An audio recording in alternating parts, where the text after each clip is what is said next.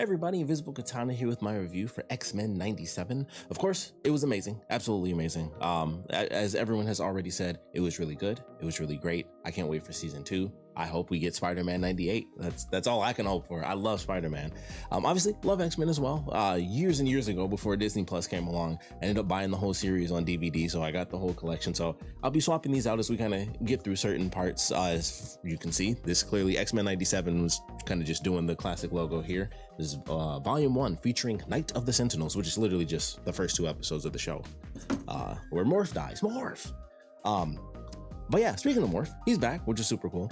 But the whole show, absolutely amazing. The intro, basically the same. So of course you don't skip it because it's really good. Also, the animation is a very interesting in between. Obviously, it's way more updated than the old show, but the way they did it, like it even has film grain throughout the series. I was like, oh, that's really cool. Like the way they did the art is some weird blended 2D and 3D. I know there's some stuff in there that's actually 3D, but it's so hard to tell even when something is 3D that it's 3D. Like there's definitely quite a bit in there. It's not just 2D animation, but all of it looks really, really good, especially when they get like super crazy with the animation. Obviously, the Wolverine Nightcrawler fight was absolutely phenomenal. Pretty much the last, I think 2 or 3 episodes, like just all the action was absolutely insane. So, you know, obviously episode 1 with Storm, them officially calling her Omega level, all that stuff, you know, show them the forecast, you know, very old school sort of taunts, all of it absolutely amazing. From episode 1, it was like, okay, this is really good. And it's of course a continuation going from the end of the last series, which I'm sure a lot of people didn't remember. I'd say I remember more than most because I actually remember quite a bit of my time going through the 5 volumes, despite the very odd like timing, like just the way, even on DVD, it's one of those shows where it was like, even when they put the thing out on DVD, there was some stuff that was kind of like flipped around. I think there's some stuff that happens like post Phoenix, but even on the DVD, it's stuff that shows up like before the Phoenix episode or vice versa, something like that. And it's just like, you know, even on the DVD, there are some things that were like slightly thrown off, but it was a fun, you know, run through. And like I said, you know, it helped some of the bits and pieces as we kind of went through this series. You know, in a weird sense, it's almost just like the new season more than anything else. I know obviously it's a new series, but it's basically, you know, it's a continuation. So it's, you know, sequel series. It's almost like, it's really just like a time skip in anime. It's the same show. It's just older, like by like a year, I think, in the show. I think they say it's like 6 months or something like that. I think it was a year. I guess the ending was 6 months or something. Yeah, something like that. But absolutely loved every single moment of this show. The voice acting I thought was really well done. The animation obviously was amazing. The story was utterly insane. Like there's some stuff that they barely even touched on, which I'm very excited to see going into season 2. Obviously full spoilers because we're just doing the full season. So I'm gonna kind of jump to the end specifically for the Wolverine thing. Couldn't believe they did that, but also there's like no follow-up to it because it was in the finale where it was like, you know, the penultimate episode, he stabs Magneto. Then Magneto's like, okay, it's time to show you why it was so stupid for you to come here. And it's like, boom, classic, you know, comic moment that just, I don't think has ever been recreated in animation, certainly not in live action, but I don't think it's ever been, I think this genuinely is the first time it's ever been shown outside of that comic where like they actually have Magneto rip the adamantium out of Wolverine. And that leads to a whole thing where, you know, he goes back to having the bone claws. And I think it makes him like go feral and stuff because like his senses are like almost super heightened because of the fact that his healing factor is no longer encumbered by the adamantium, which it had been for decades at that point. So it kind of made him go crazy. So I'm very excited to see what in the world they touch on with his character, because in the very end, when they do like all the different time skipping stuff where it's like, oh, you know, Jean and Scott are sent into the future and then almost the rest of the team is sent into the past, we still don't see Wolverine, we still don't see Morph, and we don't see Storm either. So those 3 characters could be anywhere. They could be with, you know, the other sets of characters. They could be in another time. They could also just show up as the characters in the present where it's like, oh, it's been 6 months, you know, since the ship disappeared. They could just show up within like an episode or 2 and they were just shot like 8 months into the future. And then we watch like Forge and Bishop kind of do it real time, so we get a couple episodes and like 2 extra months go by, and then Wolverine, Storm, and Morph show up, and it's like, oh, that's how, you know, that's how they do it. They were sent into the future, but only by like 8 months. So they could easily do that. They could be in the far-flung future, Days of Future Past, Age of Apocalypse, get sent back in time. Like there's a myriad of things they can do. Those 3 characters are kind of just up in the air. But I love the way it ended, and you know, obviously going through, I'll be picking up, you know, bits and pieces of some of the stuff that happened in the original series. But just to kick it off from the beginning, starting with just the X-Men, it was really well done. All the characters I thought had moments to shine. Obviously, you know, one of the big things, they don't just like focus all on Wolverine, which was really, really nice because it's not the Wolverine show.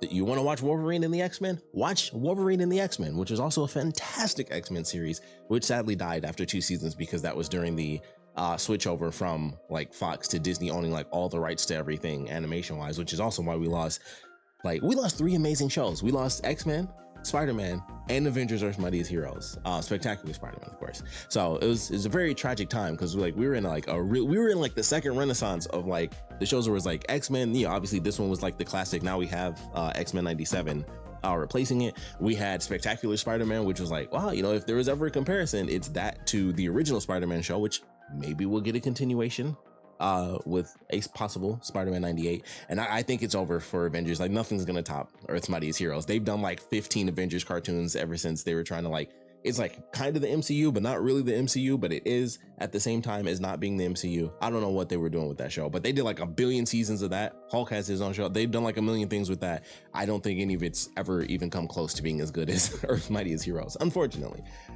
Even Ultimate Spider-Man, cool stuff in that, but it was nothing compared to Spectacular Spider-Man or the original Spider-Man. Well, I can't say original Spider-Man cartoon, but the 90s Spider-Man cartoon. But in this, it is a phenomenal continuation of X-Men. They have the classic characters, some of which may or may not have disappeared due to certain circumstances in the original series.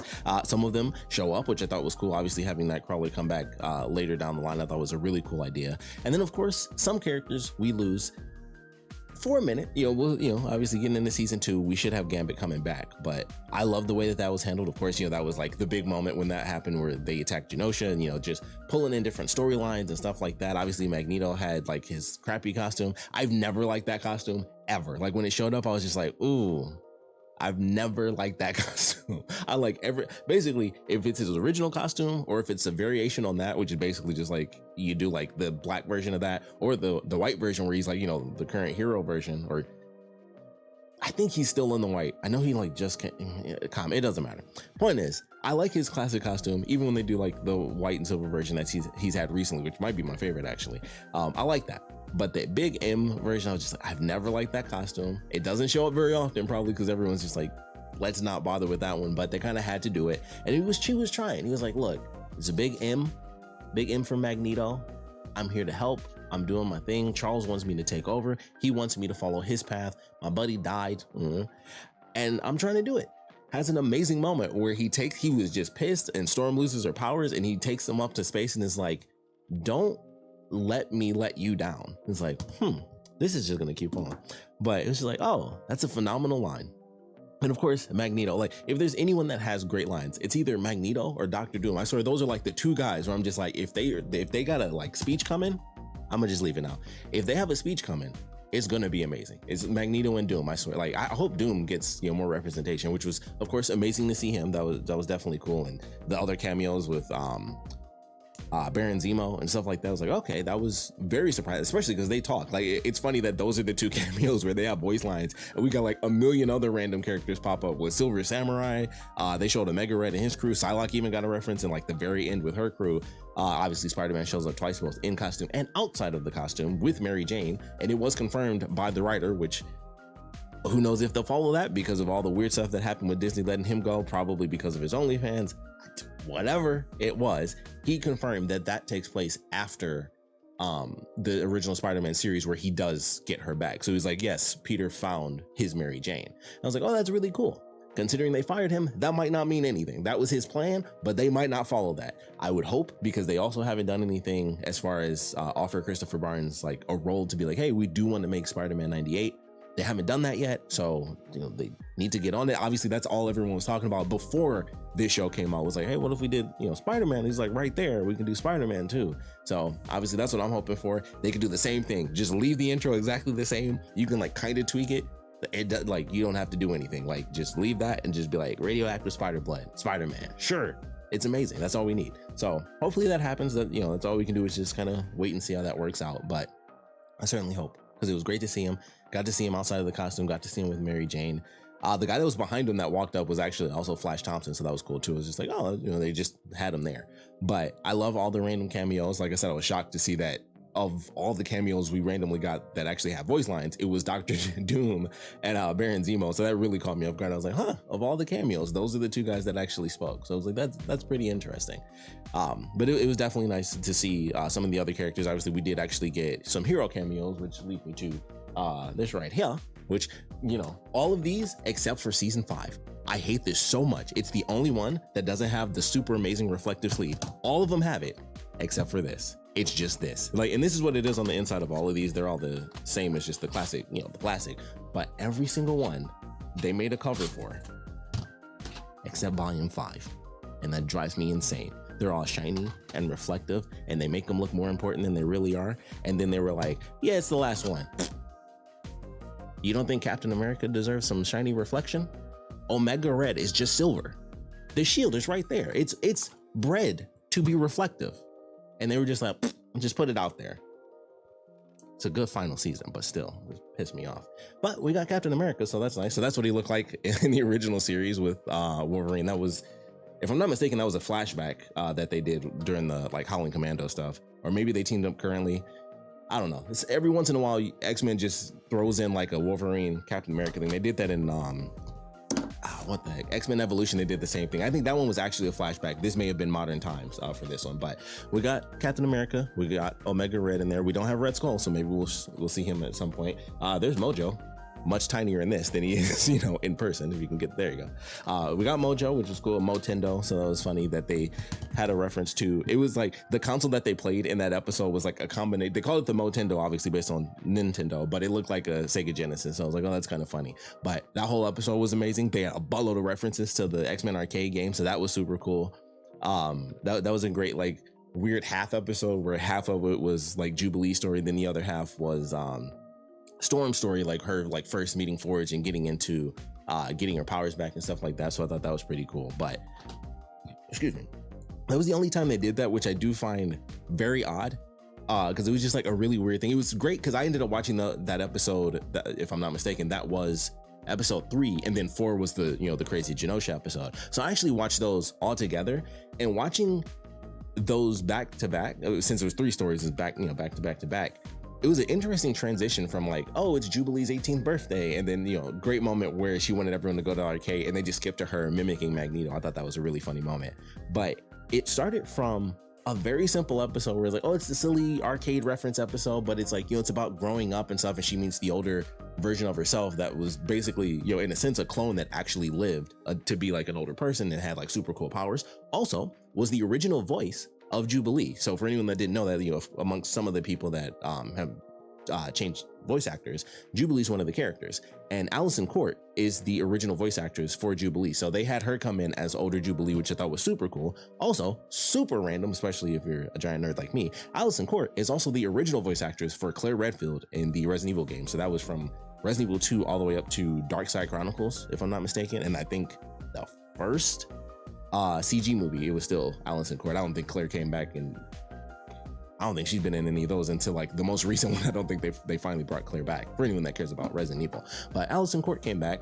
The original Jubilee played older Jubilee, had some super cool powers that they like, I can't believe that won't just stand up, but had some super cool powers that they barely showed. They did like one time where she did the thing at the very end against Bastion. I was like, oh, she's doing like the actual like cool razor powers from the Motendo episode. And she did it once. And then she had like a super cool moment where she just punches him in the face and does like the sparks like right at the end of the punch and just knocked him out, or at least she knocked him down. And I was like, oh, I thought this was about to be like Jubilee's epic moment where she finally like realized her powers. And they gave her like one Destructo disc, and it was like, oh, that was it? I thought she was about to have like a Jubilee action moment, and that would have been super cool, much like Cyclops in the very first episode. So that was awesome. I never in my life considered the fact that he could use his concussive waves as an evasive tactic. Never considered that before. I know, you know, a lot of people I'm sure didn't realize the fact that his beams are not laser beams. They are actually concussive blasts. They are actually physical. It's not just like oh, he shoots laser beams, and it's like, it's actually concussive blasts. They are actually called that. That's why he can tweak it to do different things. Like sometimes he can hit somebody, sometimes he can use it to move. Sometimes if he wants to do something real crazy, he can just, you know, eviscerate you. He's done it a couple of times. Sometimes it's good, sometimes it's not so good. I thought we were gonna see it, if I'm being totally honest. And when he got mad in that interview, I was like, we might see something, but they didn't really touch on that just yet. They might do that in a future season. Maybe when they get back to the present day, especially considering they've been sent into the future, that could easily lead to some of the dark Scott Summers stuff. 100%. Like, you get sent into the future and it's like, oh, this is how bad things got. Fascinating. And then he goes back and is like, this is how bad things can get. What if I help stop it? And then you might see some real wild stuff. If you don't know anything about Cyclops, you might see some extra crazy stuff for sure if they do that. But who knows? They've touched on some dark things so far, so we'll see how that ends up being handled. But they did a great job with that. Speaking of random things they did, we have Phoenix. Phoenix made her random appearance. She showed up, I'd say, more in the intros where they just randomly kept showing the Phoenix scene, which is probably one of these episodes where they kept recreating Scott like on the ground looking up at Jean. But that was super cool. So we got Phoenix for like half a second. Also, there's Nightcrawler down there. Look at that reflective. And they just crapped on Captain America, which they also did in the show, which is super funny.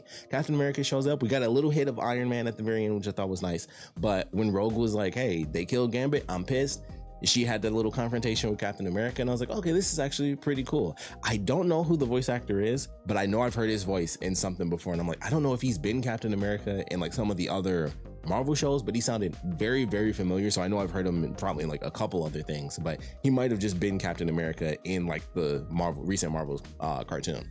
But I thought that was a cool little moment where we got to see him. And of course, Rogue was pissed. Everybody, of course, was talking about it, where she was like, oh, you're not going to help. Then I guess you don't need this. And she just throws his shield into a mountain and just leaves. And he's just like, well, I guess I'm kind of stuck here. But I thought that was really funny. And I thought it was a good scene. I know a lot of people had a debate on that where it's like, oh, you know, if it was MCU Cap, he would have helped. It's like, he wouldn't have. Like, that very specific thing, like, it was very direct where he's like, I want to help you, but he's still Captain America. Like, I can't just be like, hey, I'm the symbol, you know, like is in the name. He can't just be going out doing stuff like he's, you know, US agent. Like, we saw what happens when Captain America just walks around and start beating people. It's like, oh, you can't really do that. And it kind of throws off the image of the country a little bit because it's kind of your name. So he can't just be running around fighting people and like going across the border, like punching dudes in the face. So it's like, it made sense why he couldn't do that, but it was still funny that Rogue was pissed. And I saw where she was coming from because she was just mad. But it was like, you didn't have to do that to him. Like, how long did it take? He doesn't have super speed. He's got enhanced speed, but he's not Quicksilver. Like, he had to walk to the mountain. Or, I mean, he probably got a helicopter, but still, it's like, that's effed up. You just throw like you threw a frisbee on a mountain. How am I supposed to find that? A snowy mountain. That's effed up. But it was a super funny scene, so I definitely enjoyed that. But that was also a great episode. The action in that was really good. Then it got insanely dark where we find out that the main villain, Bastion, has not only had the plan to basically have people join him and become living human sentinels, but the plan's already happened. This was just like, oh, you thought you were here to stop the plan. The plan's done. I'm already finished. I'm kind of just waiting to hit the activate button. And then he does. And then things get absolutely insane. Like, everything goes crazy. People start fighting all over the place. People are getting chased down. We have the amazing scene with Wolverine and Nightcrawler. Absolutely phenomenal. They also show, this is one of the random super nerd things, of course, when Nightcrawler teleports, they don't do like he does in the comic, and they also do this in X-Men Evolution. His actual like origin, it's much like Cyclops, where it's like it's an alternate dimension type extra thing. For Nightcrawler, when he teleports, he goes through another dimension and then he comes out. That's why it's like one of the things is like, oh, when he teleports, it smells like sulfur. It's because he goes through like this alternate dimension. Did a whole episode on that in X-Men Evolution. Highly recommend it. It was a really interesting episode, but they don't do that in this. When he teleports, he just goes from one place to the other. Visually looked absolutely insane. And that was on top of them just being like, okay, Wolverine is technically cutting people up. They're healing, but he's cutting people up. Nightcrawler, they were like, not 2 swords. We're going to give him 3 swords. They're like, I was like, all right, cool. Like, oh, he's got the 2 swords. And then he came in and had one on the tail. And I was like, oh, it's about to be even better than I thought. And it was beautiful. It was an amazing sequence. He's teleporting around. Wolverine's just stabbing people. And it's like, we just have to fight.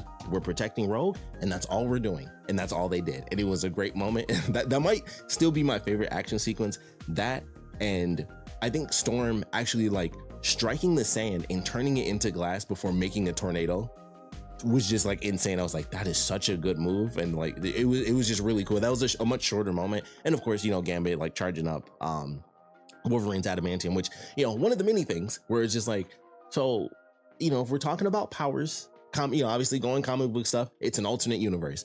Nightcrawler doesn't go through an alternate dimension. For whatever reason, Gambit's abilities don't do the same thing, because technically, if he's supercharged, Wolverine's claws, his claws would explode because he's like charging the atoms. Like he can do it to water and like blow up water. Like that's like Gambit is actually insanely overpowered, but they don't, much like Storm.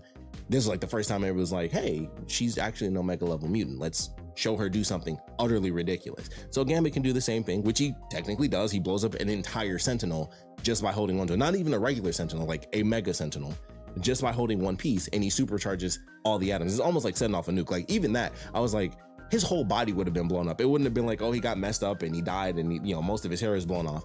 He would have been nothing. Like he basically created a nuke with how big that thing was. And I was just like, his whole body would have been gone. He would have been blown to bits. He would not have just been on the ground in a crater. He would have been gone. But things are different. And obviously they are going to show him in chunks. They'll be super effed up. But there are a couple things here and there. And that of course leads to Morph. That's the biggest question that's happened for giant nerds like myself. I don't know if they're going to explain it, because I don't think they did it in the original, which granted, he basically dies in the first episode and then he comes back way down the line, and it's actually a really cool story beat. But in the original series, the couple of times he actually does show up, they definitely don't have him transform into people and also gain their powers. And I don't think Morph has ever had that before. And so it was like, when he does that, he doesn't just transform. It's like, okay, he transformed into Colossus, he got metal skin. That kind of made sense. It was like, okay, he can change his body, he can change the metal. Different shapeshifters can do different things. Like, Mystique can do certain stuff. Other people can, morph into people and get their powers. Like that is a thing. I don't think that's ever been Morph's thing, but they kind of made it that. But then it also made it like, well, if he gets their powers, why doesn't he just transform into someone more powerful? Like automatically. Like, sure, he probably couldn't get a telekinetic ability, but if he can get a physical ability, if he can get physical to the point that he can run at super speed like Quicksilver, which is just like, he just turned into him and then he got the power. And it's like, okay, I feel like he'd be able to do quite a few other things where it's like, well, just turn into this person and then do something else. He turned into the Hulk when it's like, obviously he wasn't as strong as the Hulk, but he was still strong. So it was confusing, but it was just like, also like, who the F cares? Because it was amazing to watch. Like just cameo after cameo. They had him do Deathstrike, Lady Deathstrike, of course, Colossus, Magic as well, which is also interesting. It's another one of those things where it's like, they have a couple references where it's like, okay, within the year time span between the original series and this series, you have Colossus in his actual X-Men costume, Magic in her actual X-Men costume. And I also believe he did Dark Magic as well, which is like a totally different thing. So there's like references to like full comic storylines, which granted they did Madeline Pryor in like an entire, like one whole episode, they did a whole storyline. So they could easily just be like, yeah, we did that like for 3 days, a year and a half ago. And then, it's solved. But it's like, oh, like they reference some stuff that's like, that's a big deal as far as like storyline content. And it's just like, yeah, it's a reference. Maybe the character, the characters have to be there because they kind of show them. So we'll see how they kind of manage to deal with that and like actually explain it in season 2. That'll definitely be cool. But I'm also looking forward to seeing some other characters pop up, because they have a great reference to Days of Future Past with all the characters after the time skip, and for just like, missing, presumed dead, and for whatever reason, Quicksilver and Scarlet Witch are off-world doing something. But I love that they had that reference, but they also had Iceman, and Iceman was like an original member. They show him, a bunch of times, like in the classic picture of them in their classic costumes, Iceman is there. So they can bring in Iceman, which I think would be super cool. Another overpowered character that never really gets any play outside of like the moments that you just have to know from the comic books. So maybe they'll do something with that. And this is a big one. And they kind of reference it, which is super funny. During the moment where, I don't think Magneto's on any of these covers. He's not. They're Sinister just being a douchebag. I got Apocalypse. Nothing with Magneto on the cover, oddly enough. Oh, okay, just the original cover. So there's Magneto. So during the scene where Magneto was looking at Rogue on the boat and was like, oh, Rogue, and I love her and all that stuff, they had 3 people next to her. 2 people were off to the side, and it's like, oh, that's Wanda and Pietro, so that's Wanda and Quicksilver. And then they had another character that was to the right of Rogue by herself, also, covered in black. That was Polaris, who is Magneto's other daughter, who does exist. If I'm not mistaken, one of the random things from having gone through the show and actually remembered some random stuff, Polaris is in the original series in literally 1 episode. And it was a really weird episode. All I remember is that they were like at a cabin at one point or whatever, but Polaris was like with another team or was like up. I think they like took the storyline of, it's like one of the other X-Men stories where it was like there was a team before, like Scott and Jean and all, and there was like another team and they all died, and then it was like, you guys are my first team actually, and then there was like a secret first team. I think that was the storyline that they took, if that even existed at the time. But Polaris showed up, and I always remember that because I knew who she was even when I was rewatching the show, and I was like, that's super weird. Is she his daughter or not? Because they don't reference it in any way, shape, or form, but it was definitely Polaris, and she had the green hair, and if I'm not mistaken, they even call her Polaris. And I was like, that's weird. I wonder if she's Magneto's daughter in this. So I don't know if they're even going to touch on that, her being a part of whatever that team was. Because like I said, I don't 100% remember that episode, but I remember she was a part of a team, and that was like a whole thing where it was like, I think Scott may have dated her. You know, Scott he'd be with whoever. So I think that was a part of the storyline, was that they kind of dated for like half a second or whatever, but she was definitely in the show before. And that was like the one episode. So the fact that they actually had her there, which it was also super weird that they even clouded the characters out. Cause I'm like, well, Wanda and Quicksilver were both in the original series. So it was weird that they didn't have them just like in full color, cause they had like the full design, but they chose to black them out. I thought that was weird. I know that he was focusing on Rogue, but it still just seems super weird to even bother putting them on there. It was like, just put her there if you're not gonna have him reference his children. Just don't put the children there. It would seem super weird to me, because I was like, well, those are your kids. And like, I know it was like, oh, Rogue, I loved her, but I was like, well, you got like 3 kids. Why? Like, they shouldn't have put him there, because, you know, nerds like me would be like, why didn't he reference his children? Like the 3 children that he has.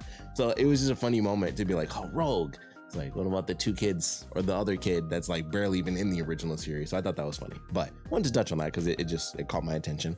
But I loved everything they did with that. I'm excited to see, like I said, what they do with any of the characters, honestly, because I'm just like, well, it's been so long since the original series.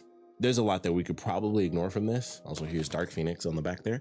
But there's a lot that we can ignore from this, where it's like, oh, we'll tweak this or we'll change that around a little bit, and it's not that big of a deal. So I am very curious, because, you know, like I said, if they do touch on it, you know, there's quite a bit that they can talk about, because like I said, she was in like that one episode, but if I recall correctly, she was a part of a former team. So there's some stuff, you know, to kind of reference there. But going forward, the one thing that we know 100% is that we are getting yet another Apocalypse storyline. 2, in fact, in the past as well as in the present. They might touch on it if they do like another pseudo Days of Future Past thing, because obviously Apocalypse would still be Apocalypse. Normally he comes after Days of Future Past, they fix that, and then it's, you know, Age of Apocalypse. So whatever happens, this guy right here, you can barely see, there you go. He's coming back twofold, which is very fascinating. Also, we have young Nathan, which is super cool. Also, great line, you know, they give him a costume, and, you know, what did you expect? Black leather. So great reference to the first X-Men movie. Fantastic. Also, I would love to see Sabretooth. They can't do what's in my head, but they've done some stuff in this show. Like, they show a bit of blood. They've shown some crazy things. I know a lot of people may not really realize this, but Sabretooth, these 2 guys right here fighting. Also, Silver Samurai on the back. Very Wolverine centric with the front and back of this cover here. But those 2 guys fighting can get real crazy. Like, there's some stuff going on current comics, just effing wild. Like, just Sabretooth can get so evil, and they can't really touch on it. It would have to be like Logan level proportions of goriness, even worse, honestly, if they went like full deep with Sabretooth. But like, it's light. What you've seen is super light. If you've never like truly experienced what Sabretooth and Wolverine deal with, it's crazy. Like, X-Men Origins Wolverine obviously does nothing, but it's nothing. Like, it is so wild, the stuff they've done. Like, there's you know, back in the day, they do like the mini stories where it's like, oh, here's like a 2-page story. There is a story I remember reading. I don't know why Wolverine was near the Statue of Liberty. He was just off the water or whatever, in a costume. I don't know. The whole point of like this 2-page story is just Wolverine being like, yeah, I was kind of just doing my thing, and every once in a while, Sabretooth can kind of get past my defenses. Sabretooth jumped out of the water, ripped his throat out, and dragged him underwater and killed him. That was the whole story. He grabbed him, he snuck up on him, took him underwater, ripped his throat out. He did that while they were underwater, and then he left them to die. And then Sabretooth was just like, and he left. That was the story. It was just at the end of, I don't even remember what comic. And I was just like, oh, a little Wolverine thing. It was like, yeah, he dragged me under the water and ripped my throat out, and then he left. I was like, what? That was the story. 2 pages. Sabretooth just ripped his throat out, because that's what he does. That's Sabretooth. He does wild things. Like I said, if you don't know the current storyline of what Sabretooth has been doing, It's crazy. Once again, it's just crazy. So they won't get that dark, but we can get some good stuff with this. I hope they do that, touch on some of the darker things.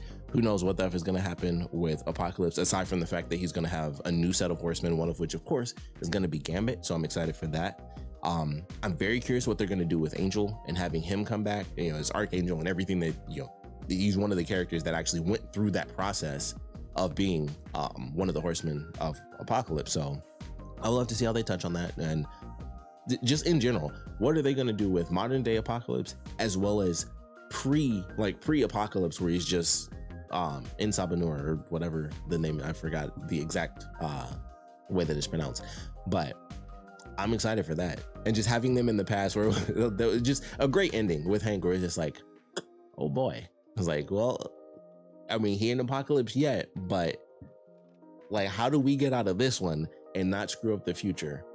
So I'm excited for season 2. All I can do is hope that it's just as good as this season, because of course the writer, who is the writer for every episode, was fired, of course, by Disney. So all we can do is hope, and that's about it.